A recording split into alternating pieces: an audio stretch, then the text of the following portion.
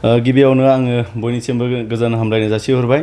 नंगौ जोङो बड'लेण्ड रादाबा मोनसे थांखि लादोंमोन जे बे बैसागु जोंनि बर'नि हारिमुखौ जोङो मुलुग दरबाराव सिनायथि होनो थाखाय, जायनि थाखाय जोङो देग्लाय 2025 मायथाइनि जे बैसाग दाननि 7 खालारनिफ्राय 15 खालारसिम मथा-मथि जोङो 25 सानसोनि जोङो टाइम होनानै मोनसे अनलाइन बैसागु हान्जा मोसानाय बादायलायनाय लादोंमोन।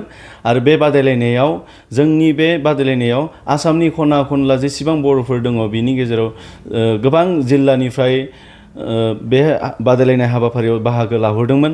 जे बेवहाय जोङो लिरनानै होदोंमोन बा मिथिहोदोंमोन जे जोंनि जे बादायलायनायाव बर'नि गाननाय जोमनाय दख'ना गामसा आर'नाइ गासिबो टटेलि थाखाथारनांगोन। आरो बेजों लोगोसे बे बादायलायनायाव बर'नि दामजु जेरैबायदि खाम, जथा, सिफुं, सेरजा, गंगोना, बर'नि हारिमु मोसानाय बा बैसागु मोसानायाव जेसेबां दामजु दङ बेखौ कम्पालसरि लाथारनांगोन आरो मोसाथारनांगोन आरो बैसागु मेथाइ जाथारनांगोन होननानै जोङो मोनसे फोसावनानै होदोंमोन। आरो जाय फोसावनायनि गेजेरजों जोंनि नेमखान्थि होनायनि गेजेरजों जायफोरानोखि बादायलायदोंमोन बिथांमोनानो जोंनि गेजेराव देरहासार जानो हादोंमोन। दा नैबे समाव आङो साबायखर बावनो नागिरदों जोंनि जे बैसागु हान्जा मोसानाय बादायलायनायाव जायफोरानि हान्जाया जायफोर जिल्लानिफ्राय जोंनि गेजेराव मोसानायाव बाहागो लाहरदोंमोन, अनलाइन बैसागु हान्जा मोसानाय बादायलायनायाव बाहागो लाहरदोंमोन, बिथांमोनखौ आङो बड'लेण्ड रादाब न'खरनि जानानै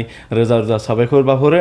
फैबाय थानाय समफोराव जों आरो बेफोरबायदिनो बादायलायनाय हाबाफारिखौ जों लाबोबाय थागोन आरो जोङो जोंनि बर'नि हारिमु जे बैसागु मोसानाय बे जोंनि हारिमुखौ जों मुलुग दरबाराव जों गोसारहोनो नाजालांबाय थागोन। एसेनोसै, गोजोन्थों।